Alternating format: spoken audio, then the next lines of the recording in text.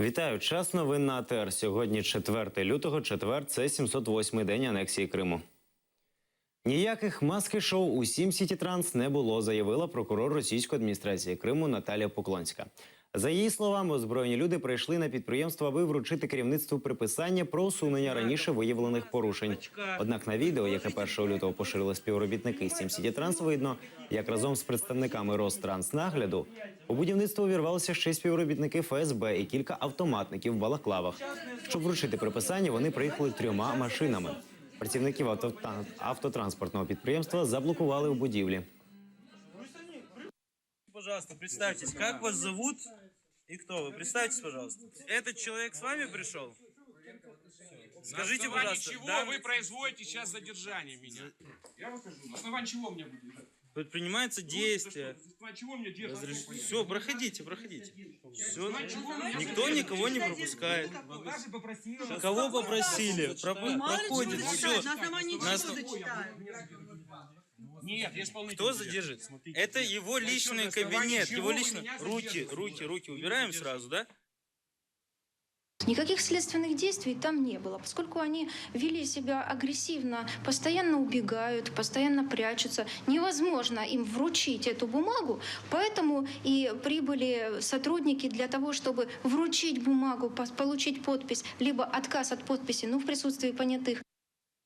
Ми повернемося і спитаємо з них. Так, глава штабу громадянської блокади Криму Лінор Ислямов прокоментував обшуки і тиск на кримських татар, що відбуваються останніми днями на півострові. За його словами, зараз в Криму відбувається геноцид.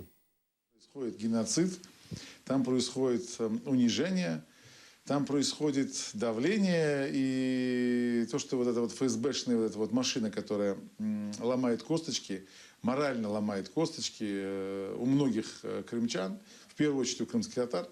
Поэтому все те люди, которые сейчас вершат вот эти вот противозакония в Крыму, они пусть знают, что мы придем и спросим с них.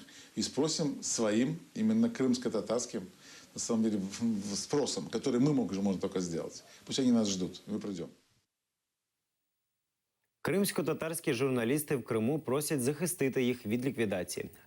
Редакції журналу «Йилдиз» і газети «Яни Дюнья» разом звернулися до президента Росії, керівництва російської адміністрації Криму, у Союз журналістів Росії, до уповноваженого з прав людини в Росії та у Меджліс кримсько-татарського народу з проханням захистити їх від знищення. Ці видання приєднали до новоствореного у Криму медіахолдингу імені Ісмаїла Гаспринського. Колективи редакції не проти приєднання, проте хочуть збереження статусу юридичної особи. Приєднання вони називають дискримінацією, бо експерименти проводять тільки над кримсько-татарськими національними виданнями. Колективи видань висловлюють недовіру ініціативі Держкомнацію російської адміністрації Криму.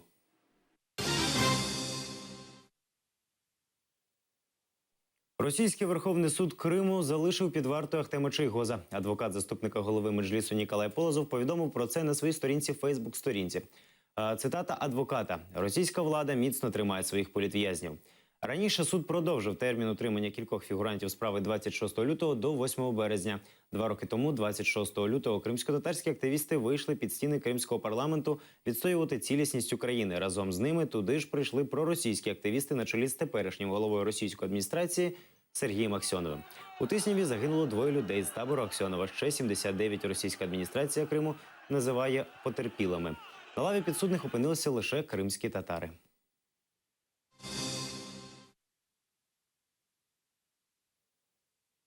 У Криму ввели режим надзвичайної ситуації через африканську чуму свиней. У селі Новоселівське Роздольницького району, де зафіксували епіцентр поширення чуми, вже почали знищення тварин. Ветеринари з утилізації підготували 1600 туш свиней. На черзі ще 6 тисяч тварин, яких так само присплять і спалять на вогні. Карантин оголосили в 100-кілометровій зоні. За словами мешканців сіл, які потрапили в карантинну зону, влада конфіскує і здорових тварин. Російська адміністрація Криму обіцяла їм компенсацію, однак люди не впевнені, що отримують обіцяні гроші. Для багатьох жителів сіл Роздольницького району вирощування свиней є основним заробітком. Зараз людям заборонили продавати не лише свинину, а ще й молоко і яйця. Я не знаю, что нам обещают. Нам пообещали, что у нас свиней заберут. Все. Вот все, что нам пообещали. И все. О том, что какая-то компенсация будет или еще что-то, мы просто, даже если она и будет, ну, чтобы нас кто-то услышал. Нет никаких анализов, ничего не было. А как это все происходило? Визуально просто посчитали сколько, посмотрели, 5 нет, этого нет, ну я не знаю. Он сказал, ну они, ну реально видно, что они здоровые, они бегают, прыгают, веселятся. Так покажите нам, что вы пришли, взяли у моей, например, свиньи анализ, при мне же взяли, показали то, что у меня моя свинья здоровая. Какого они имеют право ее уничтожать, если она здоровая? Ну вот, переживаем, чтобы нам оставили всю эту скотину, не забрали. Ну, Потому что мы потом не купим ни угля на зиму. Мы покупаем уголь на зиму, отопиться 35 тысяч. Вот покупали уголь, чтобы нам зиму топить. Заберут у нас этих поросят всех, ну не за что нам будет дальше жить. К нам врач приехал. Если забирают, значит, пускай сейчас забирают, чтобы люди не кормили этих 20 дней, не выкидывали зерно. Ну да, да. Зерно свое мы не Вопрос, покупаем, а что, мы сейчас еще зерно еще отдадим все, а зерно сейчас тоже цена 10 тысяч тонн. свиней. И еще надо его где-то купить. Заберут Нет, пускай забирают. Нет, пускай А мы сейчас последние их скормим, а их тогда заберут. Кримсько-татарський батальйон отримав допомогу з Туреччини. В якості волонтерської допомоги активісти отримали 120 комплектів камуфляжної форми. Це вже не перша акція допомоги активістам блокади з боку кримсько-татарської діаспори Туреччини. Останній раз вони привозили допомогу під час засідання виконавчого комітету Всесвітнього конгресу кримських татар у Генічеську.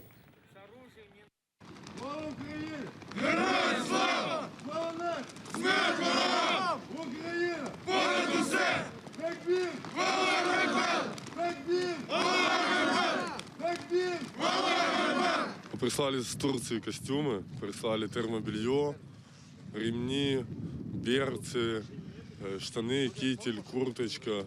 Вообще, в общем, отлично, удобное такое. То есть, ну, хорошо себя чувствую. Спасибо им огромное. Пришел к крымским татарам, так как они самые такие напористые, ну, то есть, как сказать. Ну, то есть я уверен в этих людях. Я могу на них положиться, я знаю, что они самые инициативные, с ними можно идти даже в бой, плечо к плечу. Зараз цю форму як гуманітарну допомогу привезли нашим співвітчизникам, що тут чинять опір. Її передала людина, ім'я якої ми не хочемо називати. Тим самим ми підтримуємо кримських татар у боротьбі з Росією. Ми бажаємо вам успіхів і завжди підтримуємо вас. І закликаємо усіх підтримувати цю боротьбу. Європарламент виступив на захист кримських татар та закликав Кремль почати переговори з деокупації Криму. У Страсбурзі сьогодні ухвалили резолюцію «Ситуація з правами людини у Криму», зокрема кримських татар.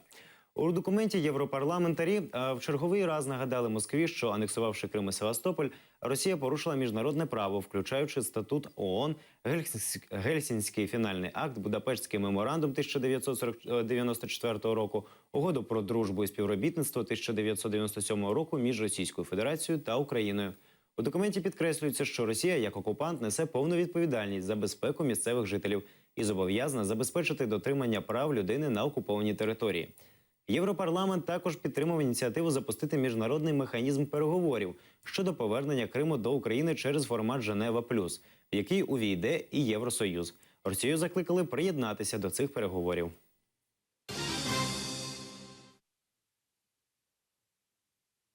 У Чехії підтримують кримських татар. З 18 по 19 березня у Празі відбудеться благодійний фестиваль «Крайм'ян СОС». Українські, російські, чеські та білоруські артисти, активісти і правозахисники в рамках фестиваля поділяться інформацією про ситуацію і життя в Криму, подробицями злочинів російської адміністрації півострова.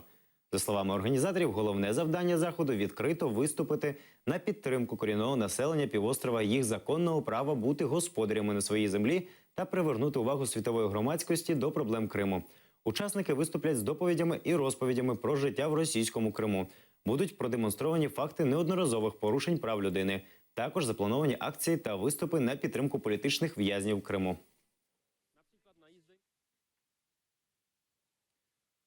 Олександр Турчинов добровільно здав Крим, стверджує колишній депутат Верховної Ради 1-4 скликання Валентин Зубов. Він подав звернення до Печерського районного суду Києва і закидає Турчинову державну зраду. Суд зобов'язав прокуратуру розпочати досудове розслідування проти голови Ради національної безпеки та оборони.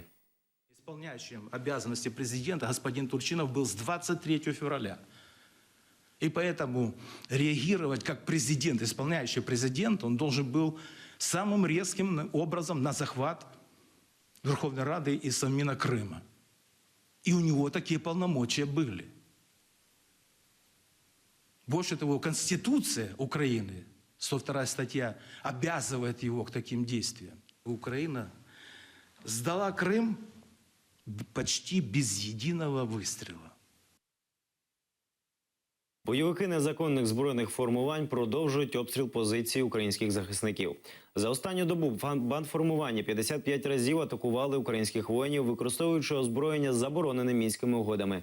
Окрім цього, за оперативною інформацією штабу АТО, до незаконних республік прибули офіцери російської адміністрації, що, ймовірно, будуть керувати подальшими бойовими діями з боку так званого ополчення. На Донецькому напрямку ворог з гранатометів та великокаліберних кулеметів обстрілював наше укріплення в Майорську, Новгородському, Луганському, Авдіївці, Мар'їнці, Пісках, Опитному та на шахті Бутівка. По наших позиціях неподалік Кірового та Первомайського були застосовані міномети. За оперативними даними, на територію так званої ЛНР прибули куратори з Російської Федерації. Разом з ними прибула група офіцерів Генерального штабу Росії з метою перевірити системи оперативної та бойової підготовки незаконних збройних формувань. В рамках заходів перевірки з метою демонстрації власного бойового вишколу проросійськими бойовиками були обстріляні позиції Збройних сил України в Трьохізбинці. Обстріл здійснювався з боку Красного Ліману з АГСів, крупнокаліберних кулеметів і мінометів калібру 82 мм. У станиці Луганській також зафіксовані постріли з міномету калібру 120 мм. Цей показовий виступ відбувся з 19 до 20 години. Слід зазначити, що дані обстріли були проведені навмисно для демонстрації своїм кремлівським господарям готовності будь-якої миті продовжити ескалацію конфлікту на Донбасі. Дощі, мокрий сніг, туман, ожеледиця, ураганний вітер і зниження температури. На півострів насувається черговий антициклон. У Міністерстві з надзвичайних справ російської адміністрації півострова до кінця тижня оголошують штормове попередження. Синоптики прогнозують з п'ятниці посилення північно-східного вітру до 15-20 метрів на секунду, а рясний дощ змінить мокрий сніг. На дорогах очікується ожеледиця. Вдень температура повітря складе від мінус 2 до плюс 3 градусів, а вночі опуститься до мінус 10.